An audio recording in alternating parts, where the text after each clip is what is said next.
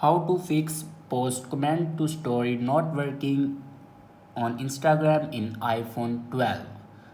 So let's start the video. First of all, if you want to fix this problem, then firstly open your app store and then search here Instagram.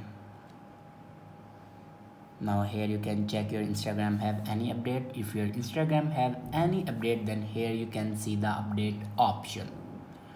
After update your Instagram, then go back to your home screen and open your Instagram, and then open any comment you want to post. Now simply open your comments and then press and hold on a comment, and then here you can see the option add to story. I hope this video is helpful for you. Thanks for watching.